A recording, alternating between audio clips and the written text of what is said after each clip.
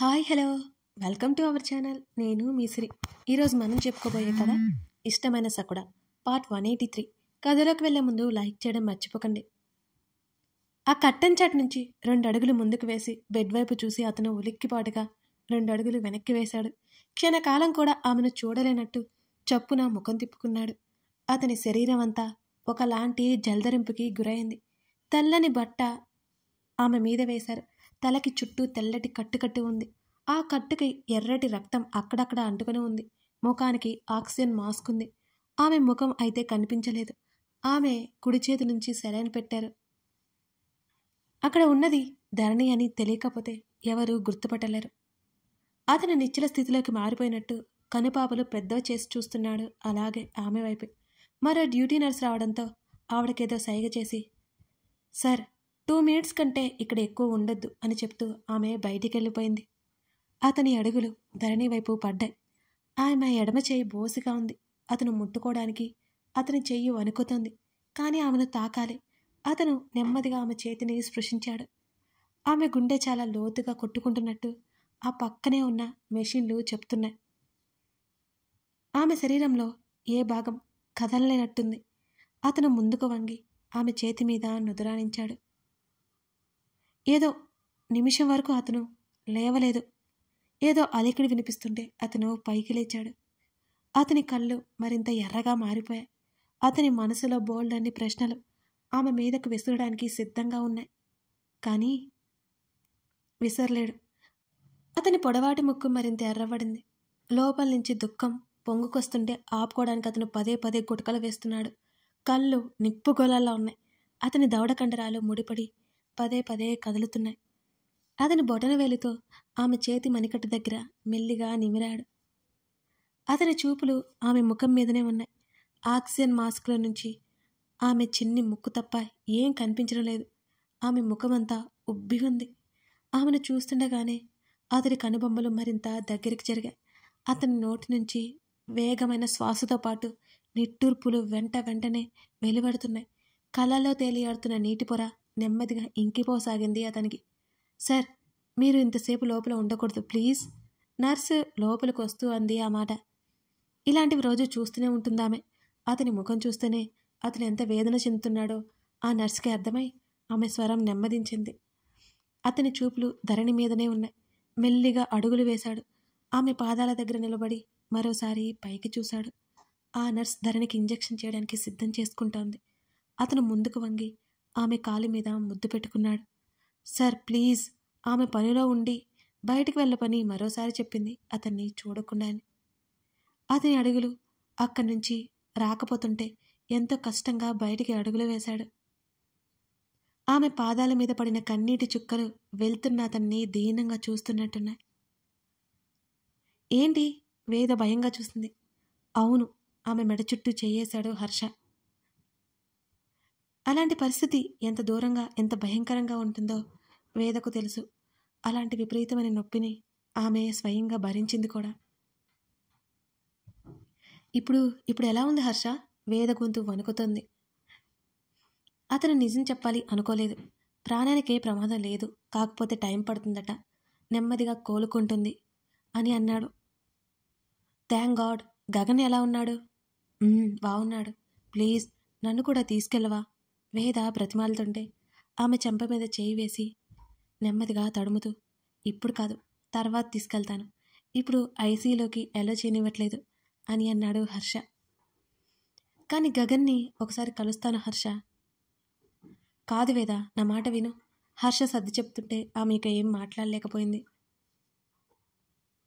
అతని ఛాతీ మీద వాలి కళ్ళు మూసుకుంది వేద. ధరణి ముఖం ఆమెకి గుర్తుకొస్తోంది. తన్ని కలవడానికి వచ్చినప్పుడు ఆ ముఖంలో అమాయకత్వం కనిపించింది. అయోమయపు చూపులు తనకింకా గుర్తుకొస్తున్నాయి.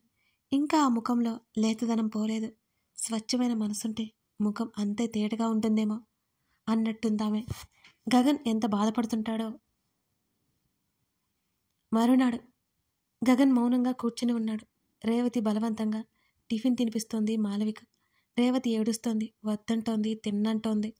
ధరణి పైనుంచి పడిపోయే ముందు ఏం జరిగిందో రేవతి చెప్తూనే ఉంది. అప్పటి వరకు బాగానే ఉంది వదిన. నా దగ్గరకు వచ్చి ఏడ్చింది సడన్గా. ఏం జరిగింది అంటే చెప్పలేదు. కోప్పడ్డాను, బ్రతిమాలాను, బెదిరించాను, అయినా చెప్పలేదు. ఆ తర్వాత ఒక అమ్మాయి ధరణితో మాట్లాడాలంటూ వచ్చింది అని రేవతి చెప్తుండగానే ఏదో ఆలోచిస్తూ కూర్చున్న గగన్ ఒక్కసారిగా అత్త వైపు చూశాడు. ఆ అమ్మాయితో మాట్లాడింది. ఇద్దరు ఏం మాట్లాడుకున్నారో తల పట్టుకుని బాధపడుతుంటే టాబ్లెట్ వేశాను. ఆ తర్వాత నిద్రపోయింది. ఎప్పుడు నిద్రలేచిందో ఏమో ఇలా చేసుకుంది. రేవతి మళ్ళీ ఏడవసాగింది. తన కూతురు గాని దూరమైతే ఆమె పిచ్చిదైపోవడం ఖాయమని అందరికీ అర్థమైపోయింది. గగన్ వెంటనే రేవతి దగ్గరికి వచ్చాడు. అత్తా, ఏమంటున్నావు? ధరణిని కలవడానికి ఎవరైనా వచ్చారా? గగన్ ఆమె దగ్గరికి వచ్చి ఆతృతగా అడిగాడు. నీ ఫ్రెండ్ అంట కదా గగన్ అంటూ పేరు ఏదో గుర్తు చేసుకోవడానికి అన్నట్టు రేవతి ప్రయత్నించింది. ఎవరు అని అడిగాడు. పేరు ఏదో ఉంది గగన్, నాకు గుర్తులేదు, రుక్కుకు తెలుసు, ఆలోచిస్తున్నట్టు చెప్పింది రేవతి. అతను వెంటనే తల్లివైపు చూశాడు. ఆ చూపుల్లో భావం గమనించినట్టు ఇంటికి కాల్ చేసింది మాలవిక. ఎవరు అమ్మాయి కాల్ లిఫ్ట్ చేయడంతో రుక్కుని పిలవమని చెప్పింది గట్టిగా. రుక్కుతో మాట్లాడి ధరణిని కలవడానికి వచ్చింది ఎవరే నిన్న? మాలవిక గంభీరంగా అడిగింది. ఒక క్షణం ఆలోచించి మేఘన అన్నట్టు గుర్తమ్మా, నాకు సరిగ్గా మతికలేదు అన్నది. వాళ్ళు ఎందుకు అడుగుతున్నారో అర్థం కానట్టు కాస్త కంగారుగా. మాలవిక గగన్ వైపు చూడగా అతను కళ్ళార్పడంతో కాల్ కట్ చేసింది ఆమె వెంటనే. గగన్ అక్కడి నుంచి లేచి బయటికి వెళ్ళిపోతుంటే మాలవిక చేయి పట్టుకుంది కొడుకుది. ఎక్కడికి గగన్? పనుంది మామ్ అంటూ తల్లి చేతిని విడిపించుకుని అతను బయటకొచ్చాడు. వెంటనే మేఘనకి కాల్ చేశాడు. మేఘన కాల్ లిఫ్ట్ చేయలేదు. మరుక్షణం హర్షకి కాల్ చేసి మేఘన ఎక్కడ్రా అని అడిగాడు. గగన్ గొంతులో గాంభీర్యం ఉట్టిపడుతోంది. తన ఇంట్లోనే ఉంటుంది, తన గురించి ఎందుకు? ధరణి ఎలా ఉంది? హర్ష అడిగాడు. నిన్న మేఘన ఇంటికొచ్చిందట. గగన్ దవడ బిగుసుకుంది. వస్తే ధరణితో మాట్లాడి వెళ్ళిందట. ఏం మాట్లాడిందో కనుక్కో అని. మేఘన వాటర్ల వల్ల ఇదంతా జరిగిందని తెలియాలి. ఐ స్వేర్ ఆ ప్లేస్లో ఎవరున్నా చంపేస్తాను చెప్పి గగన్ కాల్ కట్ చేశాడు. ఆ మాటలు విన్న హర్షకి మతిపోయింది. మేఘన ఎలాంటిదో తెలుసు వాళ్ళకి. మేఘన వల్ల ధరణి అలా చేసుకోవడం ఏంటి? మేఘనకి కాల్ చేసినా లిఫ్ట్ చేయలేదు. హర్ష వెంటనే మేఘన దగ్గరికి బయలుదేరాడు. ఆ రోజు తల్లి తన ఇంటికి వెళ్ళిపోతుంటే మాట్లాడుతూ హాల్లో కూర్చుంది వేద. తల్లిదండ్రులిద్దరూ ఆమెకు జాగ్రత్తలు చెప్పి ఇంటికి వెళ్ళిపోయారు. బేబీ బంప్తో నెమ్మదిగా నడుచుకుంటూ హాల్లోకి వచ్చింది వర్ష. ఆ పక్కనే ఆదిత్య వీల్చైర్లో కూర్చుని ఉన్నాడు. వస్తున్నాడు. వాళ్ళిద్దరూ ఏదో నవ్వుకుంటూ మాట్లాడుకుంటున్నారు. ధరణి వర్ష రిలేటివ్స్ అని వేదకి తెలుసు. వర్షకి ఇంకా అసలు విషయం తెలియదేమో అనిపించింది వేదకి. అసలే ప్రెగ్నెంట్, తెలిస్తే ఎలా ఫీల్ అవుతుందో. వేద చెప్పలేదు. ఏంటి, ఏం ఆలోచిస్తున్నావు వేద? పక్కనే కూర్చుంది వర్ష. మా వదిన్ని పేరు పెట్టి పిలుస్తావేంటి అన్నాడు ఆదిత్య. హలో మిస్టర్ ఆది, నాకు వరుసకి అక్కైనా నాకంటే 4 రోజులు చిన్నది వేద అని వర్ష నవ్వింది. వాళ్ళ మాటలకి ఆలోచన నుంచి బయటకు వచ్చిన వేద కూడా చిన్నగా నవ్వి, అంత గౌరవాలు మనకొద్దులే, పేరు పెట్టి పిలువు అన్నది వేద కూడా నవ్వుతూ. వదిన, ఇది అన్యాయం, నేను వదిన అని పిలవట్లేదా అన్నాడు ఆదిత్య. అది ఇప్పుడేమైంది, ఎలా పిలిచినా నో ప్రాబ్లం. వర్ష ఇష్టం, అది నువ్వు వాదించుకో. అసలే తను ప్రెగ్నెంట్, తనకి నచ్చినట్టుగా ఉండు అన్నది వేద. చూసావా, నేర్చుకో అన్నట్టు కళ్ళు ఎగరేసింది వర్ష. వాళ్ళిద్దరూ మాట్లాడుతున్నారు. కానీ వేద ఆలోచనలన్నీ హడావుడిగా వెళ్ళిన హర్ష చుట్టూనే ఉన్నాయి. గగన్ హర్ష ఫోన్ మాట్లాడుకుంటుంటే మేఘన పేరు వినిపించింది. అసలేం జరుగుతోంది? తల తిరిగిపోతుంటే అక్కడ సోఫాలో వాలింది వేద. మేఘన ఇంటికి వెళ్ళేసరికి ప్రణతి తల్లిదండ్రులున్నారు అక్కడ. అతను మేఘన గురించి అడగ్గా ఎయిర్పోర్ట్కి వెళ్ళినట్టు తెలిసింది. హర్ష ఏమాత్రం ఆలోచించకుండా బయలుదేరాడు. అతనికి ఎయిర్పోర్ట్కి వెళ్ళడానికి 2 గంటల పైనే పట్టింది. ఆ లోపు మేఘన వెళ్ళకూడదని కోరుకుంటున్నాడు. మేఘన కోసం వెతుక్కుంటూ వెళ్తున్నాడు. ఓ చోట జనాలంతా గుమిగూడారు. అక్కడి నుంచి మేఘన్ని వెతుక్కుంటూ వెళ్ళిపోతున్న హర్ష అక్కడ ఆగిపోయాడు. అనుమానంగా అనిపిస్తుంటే దగ్గరికి వెళ్ళాడు. అక్కడ మేఘన ఉంది. పక్కనే డాక్టర్ ఉన్నాడు. ఆమెని హాస్పిటల్కి తీసుకువెళ్లే ఏర్పాటులో ఉన్నారు అక్కడ ఉన్నవారంతా. హర్షకి మతిపోయింది అక్కడ ఆమెను అలా నిస్తేజంగా చూస్తుంటే. మరో 2 గంటల తర్వాత మేఘన స్పృహలోకి వచ్చింది. ఎలా ఉంది మేఘ? ఆమె చేతిని పట్టుకుని నెమ్మదిగా అడిగాడు హర్ష. బాగున్నట్టు తల ఊపింది. ఇంత పెద్ద విషయాన్ని మా దగ్గర దాస్తావా? హర్ష స్వరం బాధతో వణికింది. మేఘన ముఖం తిప్పుకొని ఆమె కళ్ళు మూసుకుంది. ఆమె కళ్ళలో నుంచి నెమ్మదిగా నీళ్లు కారిపోతున్నాయి. ఆమె అమెరికా వెళ్ళిపోవాలనుంది. సడన్గా గుండెల్లో నొప్పి ఎక్కువైంది. ఊపిరాడనట్టు అయిపోయి అక్కడే పడిపోయింది. మేఘ హర్ష పిలుస్తుంటే ఆమె మరో చేత్తో కళ్ళు తుడుచుకుంది. హర్ష, నా మీద ఎవరూ సింపతి చూపించద్దు ప్లీజ్ అంది. పిచ్చా నీకు? ఇది సింపతి ఇలా కనబడుతుందా నీకు? నువ్వేంటి? నీ కండిషన్ ఏంటి? ఇప్పుడు దేశం వదిలి వెళ్ళిపోవాల్సిన అవసరం ఏంటి? ఆవేశం ఆపుకోలేక గట్టిగా అరిచాడు హర్ష. నేను ఇక్కడ రావడం వల్ల చాలా అనర్థాలు జరిగాయి హర్ష. నా మూలంగా గగన్కి పర్సనల్ ప్రాబ్లమ్స్ మొదలయ్యాయి. ఇక నేను ఇక్కడ ఉండలేను అంది మేఘన. అక్కడ ఒంటరిగా ఏం చేస్తావు? దిక్కు లేకుండా చావాలని అనుకుంటున్నావా? బాధతో కోపంతో హర్షస్వరం తీక్షణంగా వచ్చింది. ఏమో తెలీదు అన్నది మేఘన. మేఘన ఆలోచన స్థితి ఏంటో అతనికి అర్థమైంది. వాళ్ళిద్దరి మధ్య నీ మూలంగా అని గొడవని నువ్వు అనుకుంటున్నావా అని అడిగాడు. అవును అంటూ ప్రణతి చేసిందంతా వివరించింది. నువ్వు నిన్న ధరణిని కలిశావా? హర్ష అడగ్గా అతనికి ఎలా తెలుసు అన్నట్టు చూసింది. చెప్పు. అవును, వాళ్ళిద్దరి మధ్య క్లియర్ చేయడానికి వెళ్ళాను. ఆమె అనుమానం తప్ప ఏం లేదని చెప్పేసి వచ్చాను అన్నది మేఘన. అంతేనా? అంతే, ఇంకేముంటుంది. అయినా నేను ఎక్కువసేపు మాట్లాడలేదు. అలా వెళ్ళి ఆ 5 నిమిషాలు మాట్లాడి వచ్చేసాను. తను నా మాటలు నమ్మినట్టే ఉంది అని ఒక క్షణం ఆగి, ఇప్పుడు వాళ్ళిద్దరి మధ్య అంతా క్లియర్ అయిపోయిందా హర్ష? మేఘన ఆశగా అడిగింది. రెస్ట్ తీసుకో. నీకు వెంటనే సర్జరీ చేయాలని డాక్టర్స్ చెప్పారు. అన్నీ నేను చూసుకుంటాను అని ఆమె చేతి మీద తట్టి బయటికి వెళ్ళిపోయాడు హర్ష.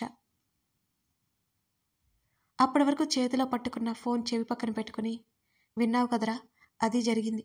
మేఘనకేం తెలియదు. నిన్ను దారి మళ్లించడానికి చూస్తున్నారు. ఇంకేదో ఉంది అన్నాడు హర్ష. ఏం మాట్లాడకుండా కాల్ కట్ చేశాడు గగన్. వెంటనే హర్ష ఆదిత్య హాస్పిటల్స్కి బయలుదేరాడు. అతను చేయబోతున్న విషయం చిన్నదేం కాదు. రిస్క్ చేస్తున్నట్టు అతనికి తెలుసు. ఆ రోజు ధరణిని చూడ్డానికి ఎవరినీ లోపలికి పంపించలేదు గగన్. డాక్టర్ ద్వారా కుదరదని చెప్పించాడు. కూతురు అలా చూస్తే రేవతి అసలు తట్టుకోలేదు. ఆ విషయం అతనికి బాగా తెలుసు. 3వ రోజు ధరణి ముఖం కాస్త వాపు తగ్గింది. అయినా సరే అసలు మునుపటి పోలిక లేనట్టుంది. నిశ్చలంగా పడుకొని ఉన్న కూతుర్ని చూసి ఐసీయూలోని రేవతి ఏడుస్తూ భర్తను పట్టుకుంది. ఆమెను అక్కడి నుంచి వెంటనే తీసుకొచ్చేశాడు ప్రతాప్. ధరణి గత 5 రోజుల నుంచి బెడ్ మీదనే ఉంది. ఆమెలో ఇంప్రూవ్మెంట్ ఏమీ లేదు. ఆమెకేం కాదు కదా అని ఫ్యామిలీ మెంబర్స్ అడుగుతుంటే అతను మౌనంగా ఉంటున్నాడు. ఆమెకేం కాదు, ఆ విషయం అతనికి కూడా తెలుసు. ఏమైనా అయితే అతని భూమి మీద ఉండలేడు. ఆ విషయం ఇంకా బాగా తెలుసు. ఓ పెద్ద పని ఉంది, చూసుకుని వచ్చేస్తాను, భయపడకు.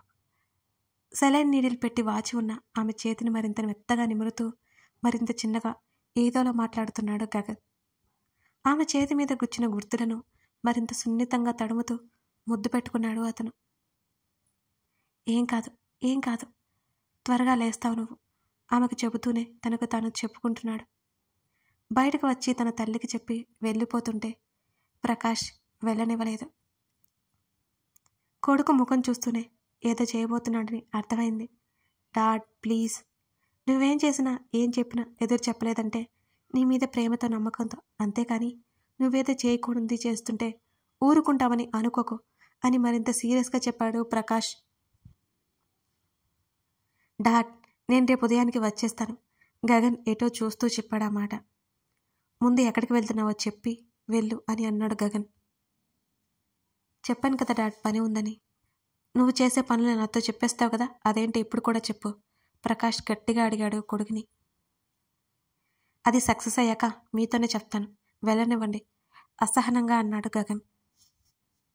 గగన్, నిన్ను కూడా హాస్పిటల్ బెడ్ మీద చూసే ఓపిక నాకు లేదు. మాలవిక భర్త చేతిని పట్టుకుని ఏడుస్తూ చెప్పింది. నాకేమవుతుంది మామ్, వెంటనే వచ్చేస్తాను, మీరందరూ జాగ్రత్త. అతను ఎంత చెప్పినా వినకుండా అక్కడి నుంచి వెళ్ళిపోయాడు. కథ కొనసాగుతోంది. కథ నచ్చితే లైక్ చేసి మీకేమనిపించిందో కామెంట్ చేయడం మాత్రం మర్చిపోకండి. మరిన్ని కథలకై మన ఛానల్ని సబ్స్క్రైబ్ చేసుకోండి. Thank you.